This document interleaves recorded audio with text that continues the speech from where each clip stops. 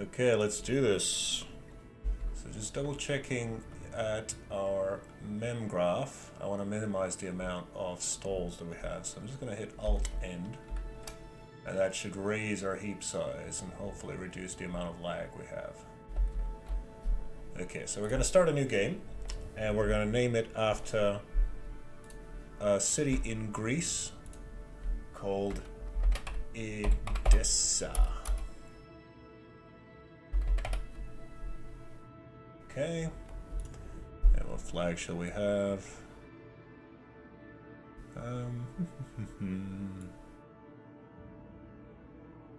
Let's see.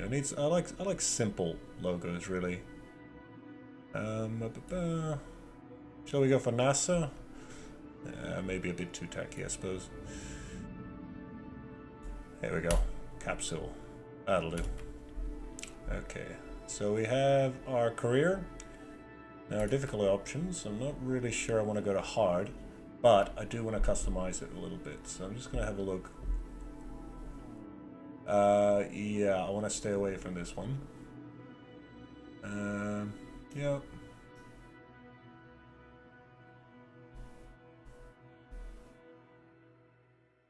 Now, do we want our missing crew to respawn? This basically means that when you start your game, you get 3 astronauts, or Kerbal if you will, and they come in orange jumpsuits. And what this means is that they're unique. All of the other Kerbal that you hire, they come with gray jumpsuits. And what that means is your orange jumpsuit signifies that you are effectively immortal. If you lose a Kerbal that's wearing an orange jumpsuit, he'll just go missing for a little while and he'll come back later. Yeah, I think I'm gonna leave that. Re-entry heating and abundance, yeah, that's all fine. We'll leave that at 100%. Yep, we would definitely want to have comm network. 0 starting sign, 0 reputation, that's all great. Everything at 100%. Okay. Let's have a look. So in our advanced settings. Yeah, you definitely want to have signal for control. Yeah, so if you lose it, typically if you don't have this on, then your probe will still have partial control, even though you actually have no signal to it. So we'll have that on.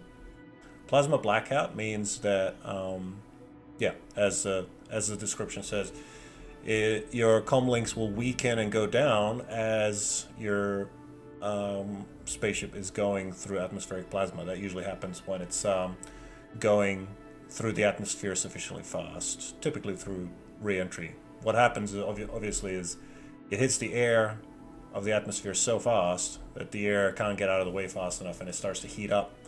In fact, it heats up so much it turns into a plasma. So we definitely want that. Nice bit of realism. Do we want to have a full set of ground stations? This basically means that you will have a set of free stations around Kerbin that provide extra comms.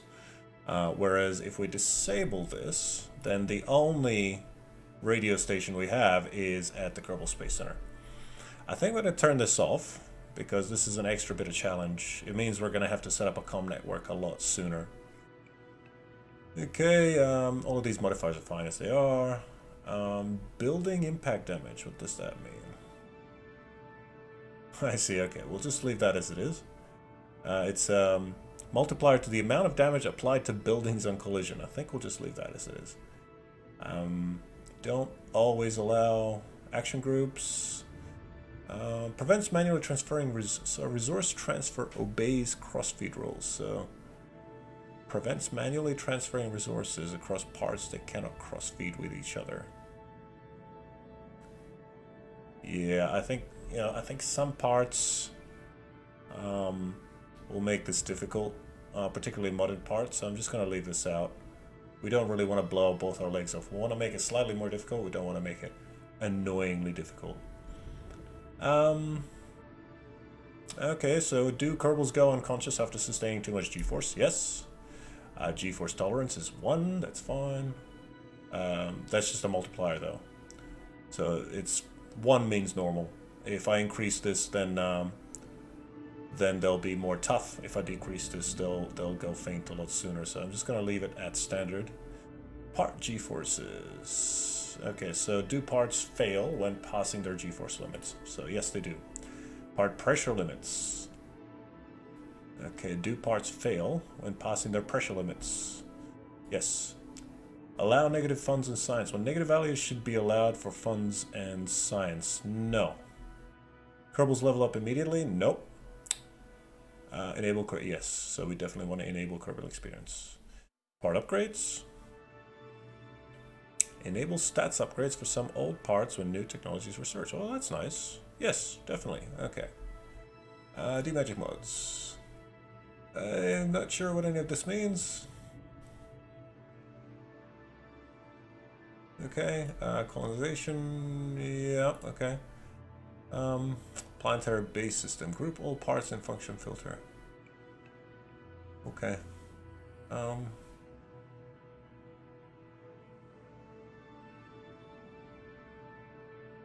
Okay. Oh, right. This is the planetary base system gives us a bunch of parts to make planetary bases, and this, I assume, groups all of those parts into a single filter. Yeah, sure. Okay. That's it. So Edessa, career, custom difficulty, and our simple capsule flag. Away we go.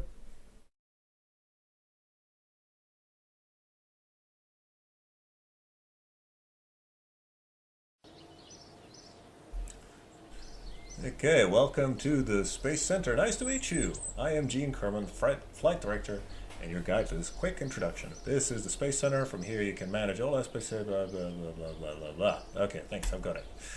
So first thing we want to do, I want to get a job. So let's go into mission control. Okay, so first one is gather scientific data from Kerbin. Any science experiment data from Kerbin to achieve this goal. Okay. Launch our first vessel. Want to do that. Launch our first vessel off the launch pad or the runway to achieve this goal. Escape the atmosphere. Breach the atmosphere by flying a vessel to an altitude of 70,000 meters to achieve this goal. And orbit Kerbin, which is fly a vessel up and out of the atmosphere and accelerate parallel to the surface until you're in a stable orbit to achieve this goal. So these are all in order of difficulty. This one is dead easy, and this one is also dead easy. So what I will do is I will accept this one. And we can, oh good, we can accept the other one as well. Can we accept, no we cannot accept escape the atmosphere. Okay, cool. So we have a maximum of 2 active contracts that we can have in this building. If we want to have more than 2 active contracts at a time, we have to upgrade this building. Okay, so now we've got a job. Let's have a look at it. So launch your first vessel and gather scientific data from Kerbin. This particular window is from a mod, and it's really handy. Typically your contracts look more like this, whereas this one kind of has extra information and it allows you to drag it around and stuff like that, so that's why I use that. It also allows you to organize it, so you can hide your contracts. You can also sort them by missions. So at the moment it just says all contracts, but I can say this one, I want this one to be part of a mission, so I'll call this one, say, mission first mission, right? So I create that, and now if I go mission list, first mission, it only shows me contracts in that one. So I'll just delete this one. So I'll create a new mission. Hang on. You go away. I'll create a new mission. Call it science. Create a new mission. Okay. So if I now go all contracts. So scientific data from Kerbin. We'll put that into science. And launch our first vessel is just regular. All contracts. So the way this works is it's really handy because you can create all manner of missions, like everything to do with the Mun, everything to do with Duna, whatever. Just it allows you to group your contracts any way you like. That's enough of that. So in here, this is our vehicle assembly building, or VAB. Okay, so you don't have any. Okay, so this is another mod called Kerbal X. It's one of my favorite mods. It allows you to organize a craft in a much better way than it's usually done. So this one says you don't have any craft in this save yet. Do you want to fetch your craft from Kerbal X? You don't have any blah blah blah. Okay, so I can choose to download craft that I've uploaded online, and it's even gone by version of Kerbal Space Program, or I can just cherry pick the ones that I want. I think I'm just going to create new craft. If I want any particular craft later on, I can still download that, so I'm just going to close. So welcome to the vehicle assembly building, Werner von Kerman. Hello, I'm Werner von Kerman, Chief Rocketry Engineer. This is the vehicle assembly building where we build spacecraft and later roll them out to the launch pad for flight. Pretty impressive, isn't it? On your left, you'll find components to construct your own blah blah blah blah blah blah. Okay, got it. So, what we want to do to make a spacecraft is first we pick a capsule. So, both of these are from mods, and they're quite handy if you're making airplanes, but they're not so useful if you're making spacecraft. So what we'll do is we'll just go for the MK1 command pod, and this one is from the Making History DLC for Kerbal Space Program. Yeah, I'm not sure I want to go with this one. This one is 0.77 tons, whereas this one is 0.84 tons, so this one's actually a little bit heavier. But as far as I know, I think the Onion has slightly more drag on it. So you kind of have to encase it in a fairing, whereas this one is a bit more streamlined, even though it is a little bit heavier. So I'm just going to spawn that. And there we go. So this one will house a single Kerbal inside. So next thing we want to do is we want to throw an engine under it. So while considered by some to be little more than a trash bin full of boom, the RT-5 can be seen and used in many space programs, perhaps possibly because it is the only option for many space programs, but nevertheless, the small booster provides a nice kick to lift small payloads to considerable heights. Use with caution though, once lit, solid fuel motors cannot be put out until the fuel runs out. Okay? The other one is the Sparrow liquid fuel engine. The Sparrow is a joint venture between C7 Aerospace and the Rocamax conglomerate, designed to fill the role of a high-efficiency vacuum engine to be paired with C7's 100 series MK1 fuel tank. This engine is a natural choice for probes and puttering around in low orbit. Okay. So what do we have of fuel tanks? We have a tiny little fuel tank, unable to make a compelling case as to how aircraft parts can contribute to our space program, and desperate to sell something, if anything, C7AD has started offering their fuselages in a variety of new sizes and flavors.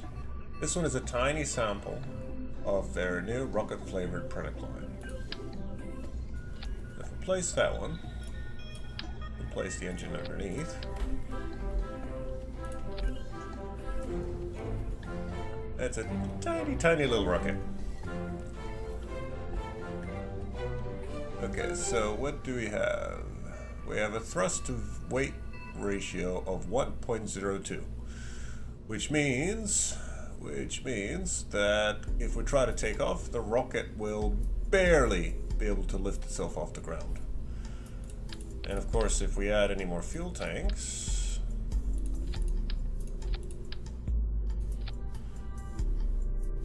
thrust to weight ratio drops to 0.74, which means this rocket is too heavy to fly. Okay, so this is handy while we're out in space, but it will not get us off the ground. Whereas if we place one of these on, the Flea solid fuel booster, our thrust to weight suddenly jumps to 8, which means our Kerbals will be experiencing 8.36 Gs on takeoff. Okay, that's insanely powerful, so we're going to drop that a little bit. Drop that to, whoops, drop the thrust until our thrust to weight is roughly 2. That's much more comfortable. Okay. So this gives us a delta V of 964 meters per second, which means delta V means the change in velocity, overall acceleration, I suppose. And basically this will make us go 964 meters per second at the end of this burn, if we're not counteracting gravity. If we're counteracting gravity, then it's slightly different, but still, it's a good, solid figure to work off of. So at our thrust weight at around 2, we have our launch vehicle. Now we need to be able to come back. So let's have a look at parachutes.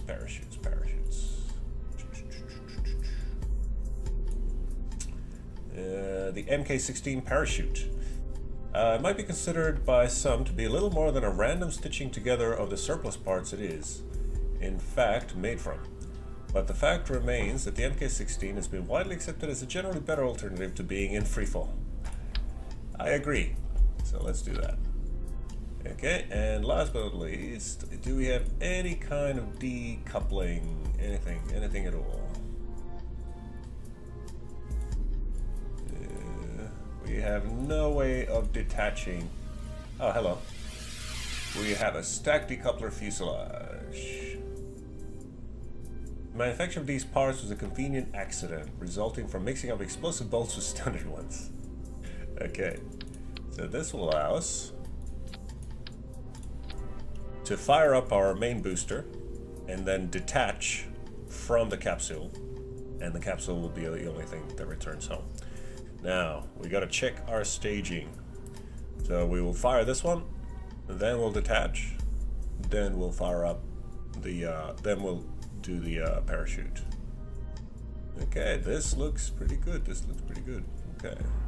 Caution, contains boom. Okay. Now, adding that decoupler, wow. Adding that decoupler has dropped our thrust to weight to 1.89. Another thing, our capsule has a bunch of monopropellant, which we don't need. So if I drop that, we're back up to 1.9 thrust to weight. Okay, that's pretty cool. That is pretty cool. Alright, we shall call this one Flee. Flee. Very first spacecraft that does not go to space at all, but it does look kinda spacey. A very first spacecraft that does not go to space at all, but it does look kinda spacey. That'll do. So we'll save that, and well, let's choose who is going to be our pilot. So that'll be Jeb. Let's dress him up. Apparently we have a couple of outfits for him, which is kind of cute. I'm just going to leave him in the default orange jumpsuit. Okay, let's just double checking our contracts.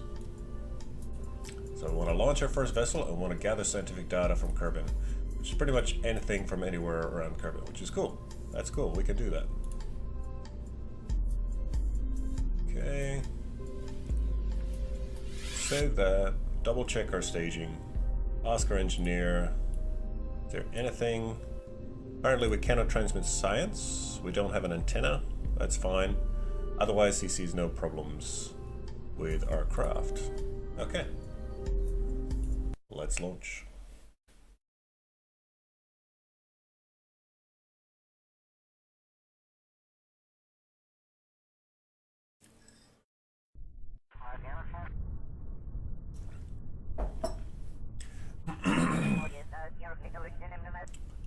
Okay, we are looking pretty good. We haven't blown up on the launch pad, which is a good thing. So first thing I want to do, let's gather up some science. So I'll right click and go perform all science. So we have a crew report from the launch pad. We just recorded the crew's assessment of the situation. That'll give us 1.5 science. Good, excellent. We'll keep that. What else can we do before we take off? We can turn the lights on, which is kind of cute. Okay.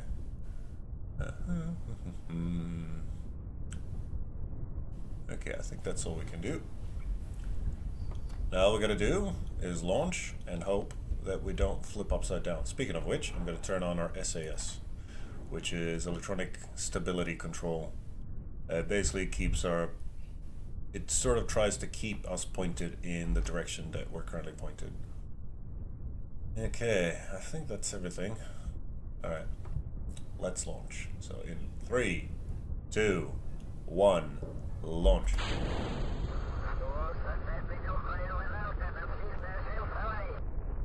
Okay, we're looking good.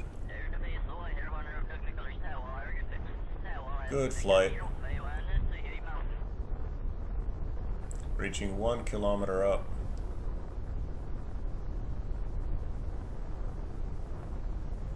Nice and steady. 200 meters per second. 3 kilometers altitude. Beautiful. Nice and steady. Almost about to run out of fuel. That's it.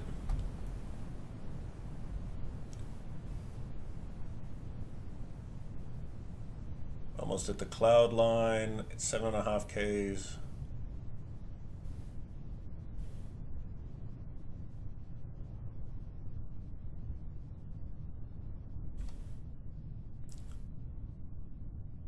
Nine kilometers up.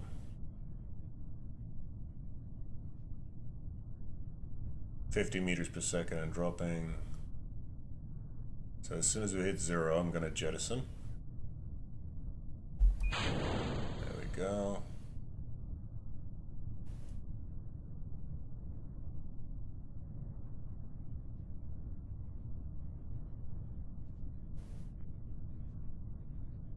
And now we fall back down again. Whoop, hopefully we're not gonna hit our own booster. Okay, good, there it goes. Hopefully it doesn't fall on us. It's unlikely. Okay, and just when we're ready, we're going to deploy our parachute.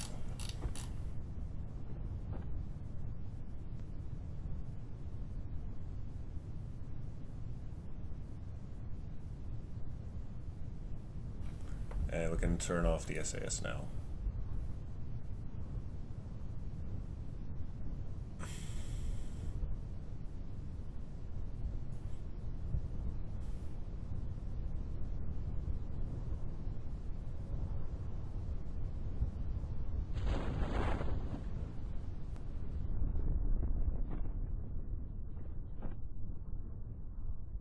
Good.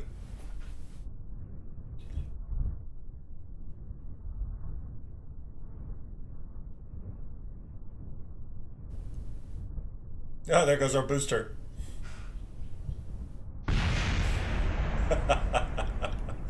Okay. Well, I'm glad we missed it.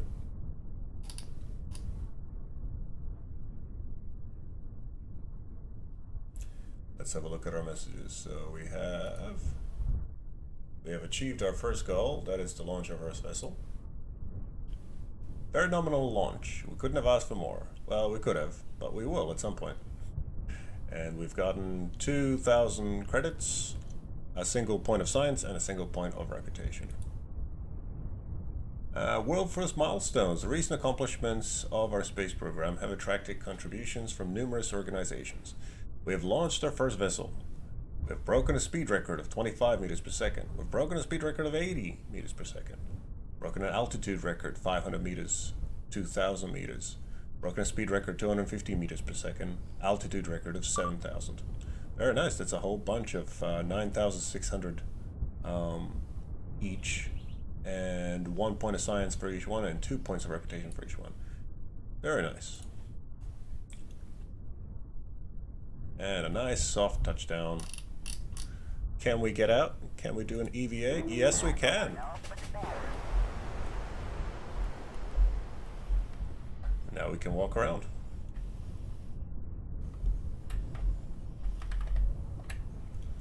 Okay. I can remove the helmet.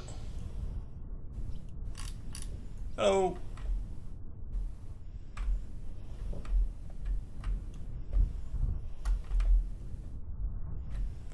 Okay, let's do some science. So an EVA report. I don't think a spacesuit was entirely necessary to get here, was it? No, it wasn't. Okay. Well, let's get back inside. And beef aboard. Experiments you've collected cannot be stored on this MK1 command pod. Are you sure you want to continue? Yeah. And in we get. There's all there is to it, is to recover the vessel.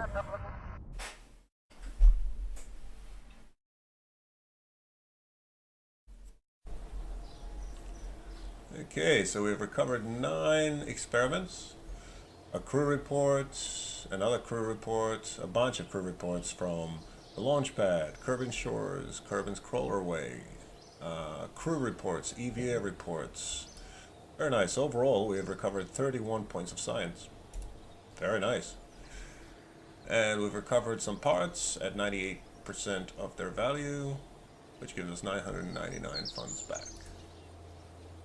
Jebediah has gained 1 XP.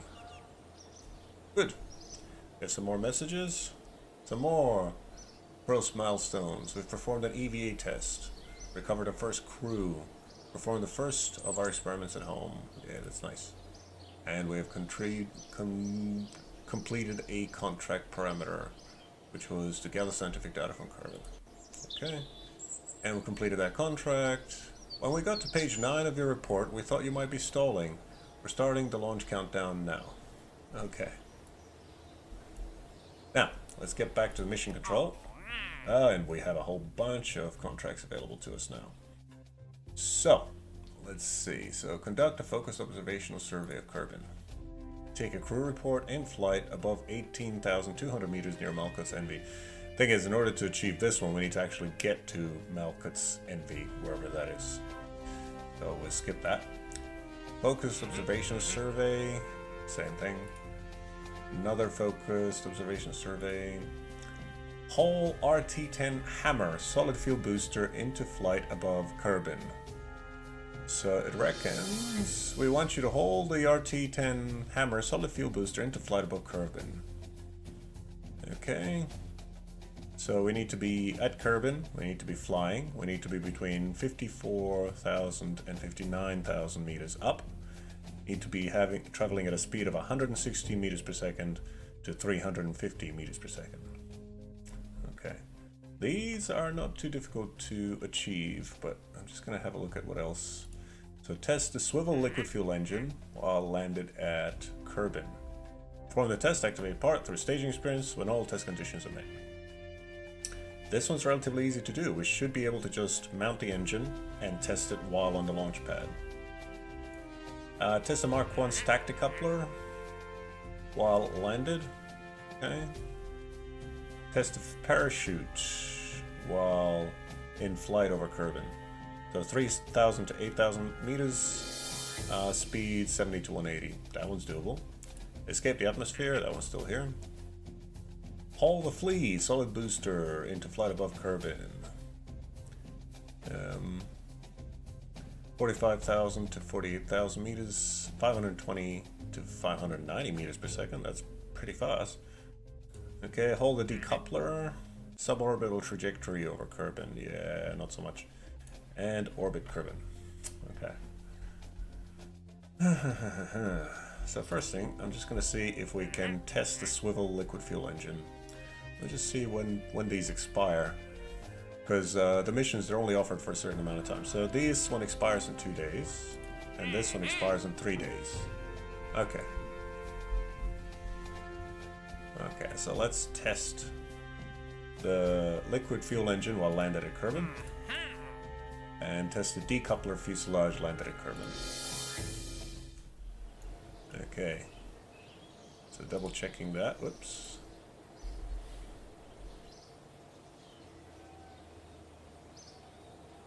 Okay, so we need to be Kerbin, we need to be landed, and we need to have those on board. And to perform the test, activate the part through the staging sequence when all test conditions are met. Okay. So both of those require that. So let's build a little aircraft. I should say spacecraft, but it's not going to space. We all know that. So we're checking that. So the Mk1 stack decoupler fuselage. That is this one. And the liquid fuel engine. So we take away the flea. And let's find our engine. So this is our swivel fuel engine. Okay. We're gonna need some fuel. Okay. That gives us a thrust to weight of 7.27, which is huge. Okay.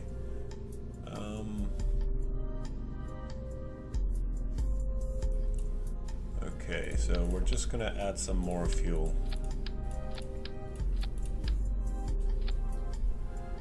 That brings down the thrust to weight to 4.66. Okay.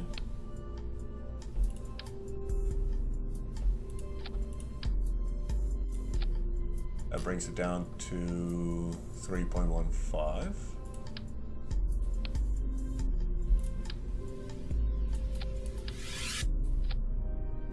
2.24. Okay.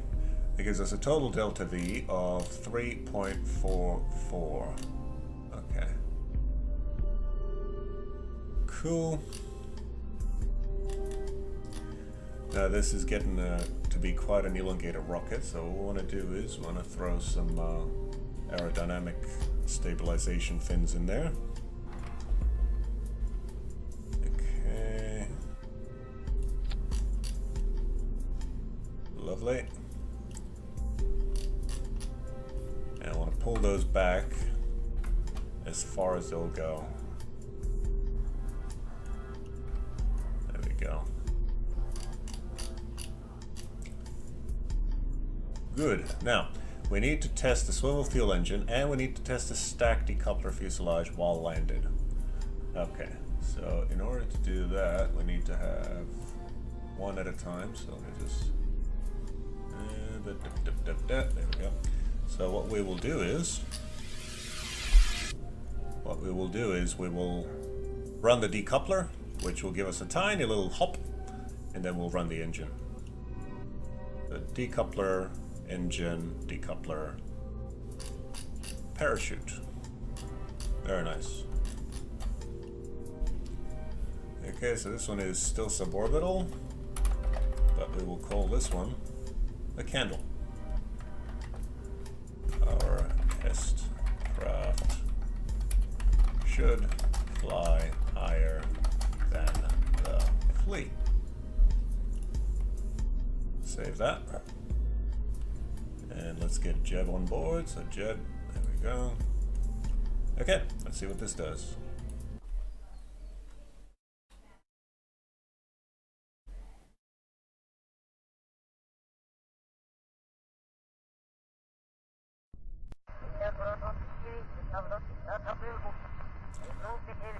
Okay. It's a little bit squirrely. It's kind of leaning in. Okay, so activating the SAS. With the SAS enabled, we're getting a little bit more stable. That's good. Okay. Okay, let's give this a try. So, stage 1. Okay, stage 2. And away we go. So I'm just gently steering it.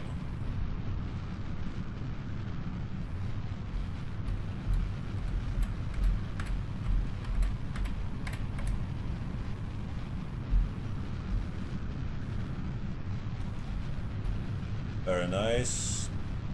200 meters per second.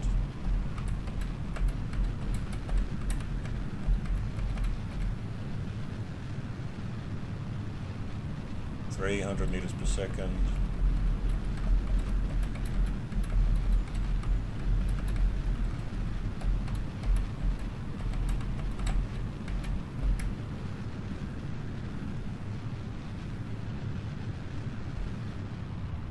Throttling down.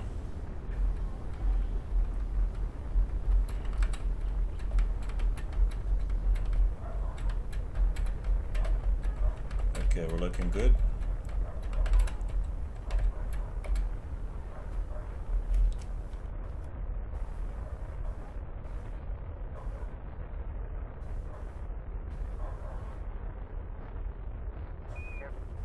Okay.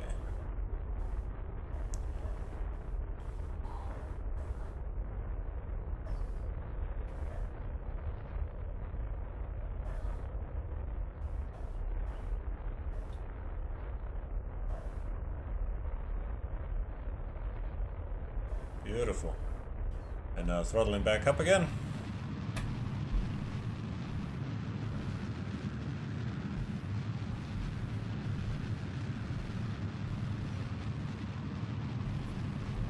And back down.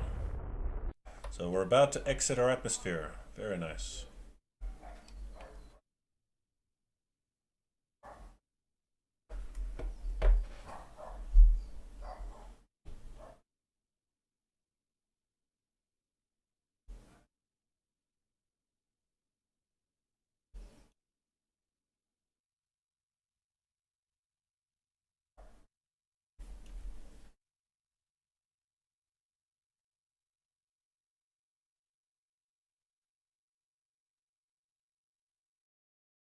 Okay, 16 seconds to atmosphere exit.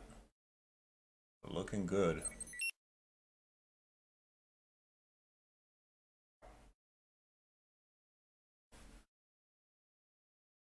Nearly there. 2 seconds to atmosphere exit. And we are out of the atmosphere. Very nice.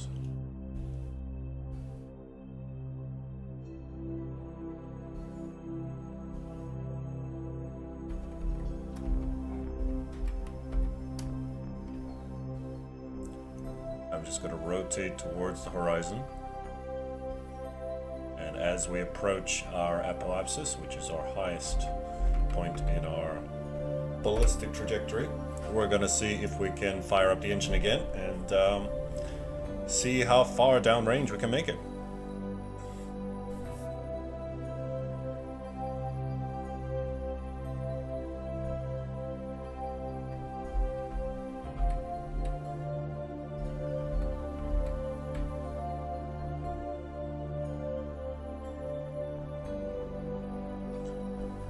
Okay, and throttle up.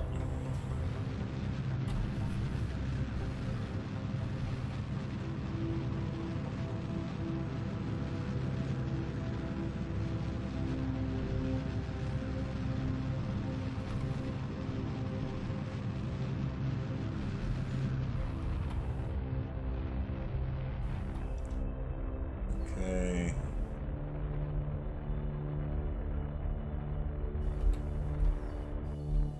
And that's it for fuel.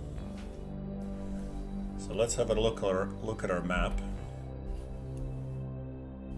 So it looks like we're going to go a fair distance, but that was not enough to get us into orbit.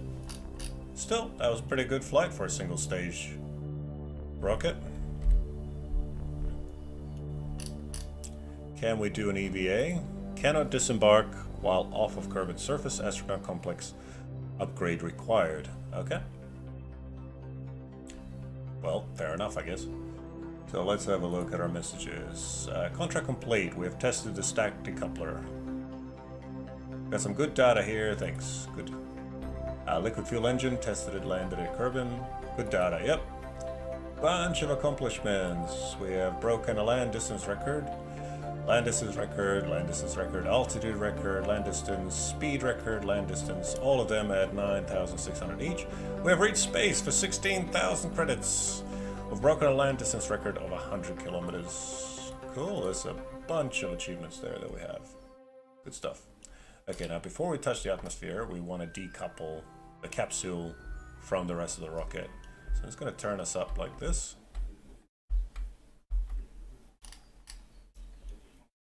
And hit space.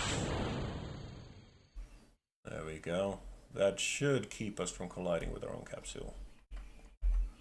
And now it just oops. Okay, let me just use the gamepad.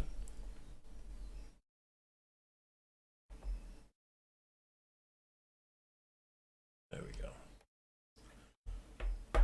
Alright, now we just wait for the atmosphere to catch us.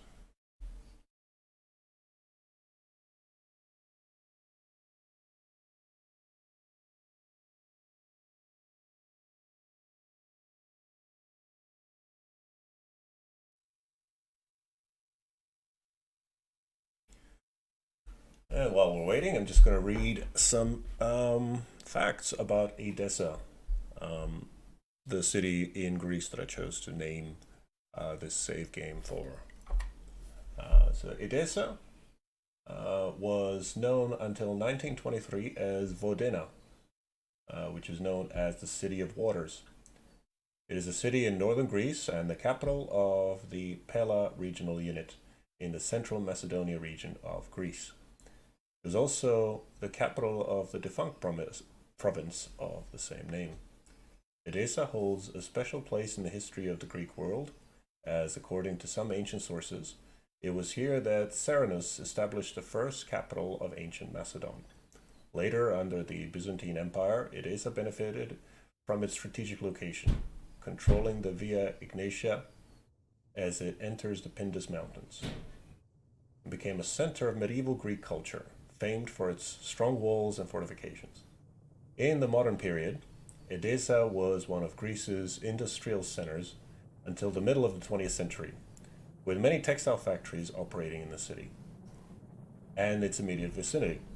Today, however, its economy mainly relies on services and tourism. Edessa holds most of the administrative services of the Pella regional unit, as well as some departments of the Thessaloniki-based University of Macedonia. Okay, looking back at our re-entering capsule, it's getting nice and toasty in there.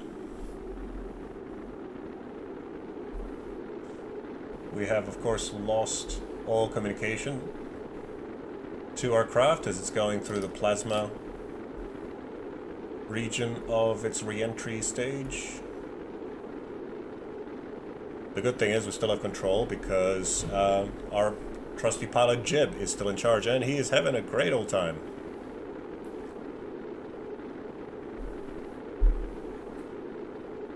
Okay, doing 1,700 meters per second at 30 kilometers altitude.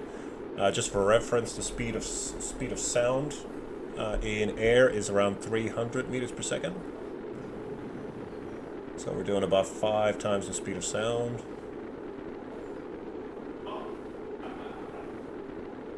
Going through the 25 kilometers altitude now. Oh! Good.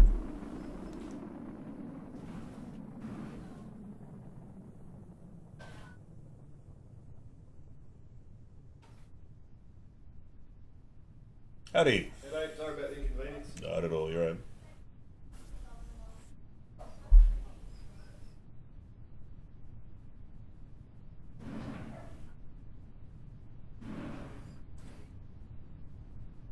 Okay, dropping to 500 meters per second.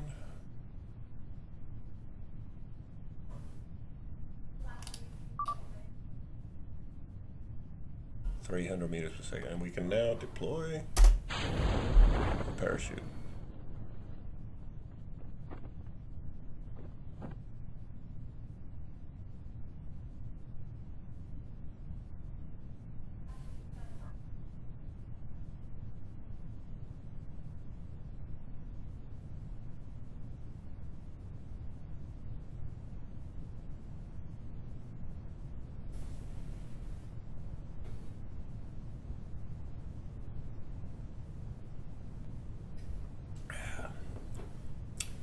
Alrighty, and that's a successful mission. We're on our way down.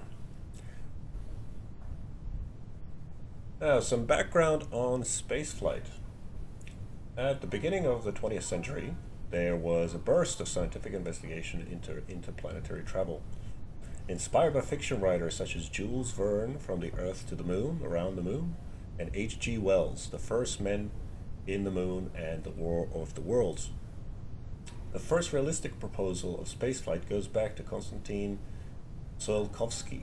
His famous work, Исследование мировки пространств реактивными приборами, or The Exploration of Cosmic Space by Means of Reaction Devices, was published in 1903, but this theoretical work was not widely influential outside Russia. Okay, we're going through 500 meters per second. And down we go.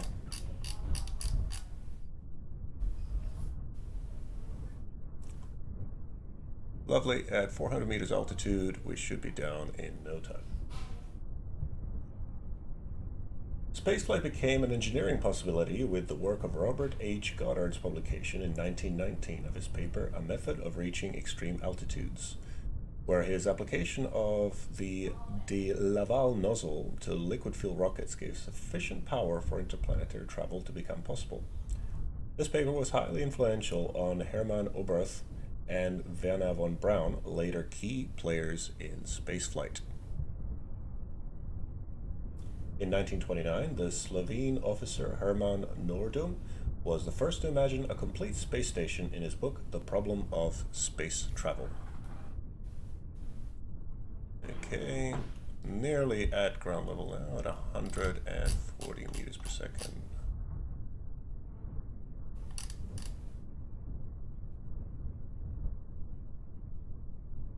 Coming down at 5 meters per second, 80 meters up. It's going to be very dark, but it's going to be a reasonably soft landing.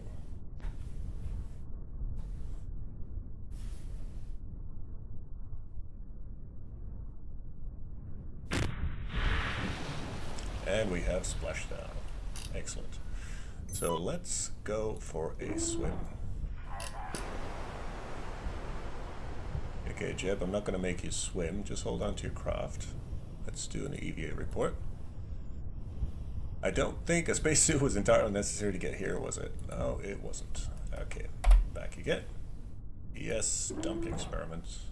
And recover the vessel.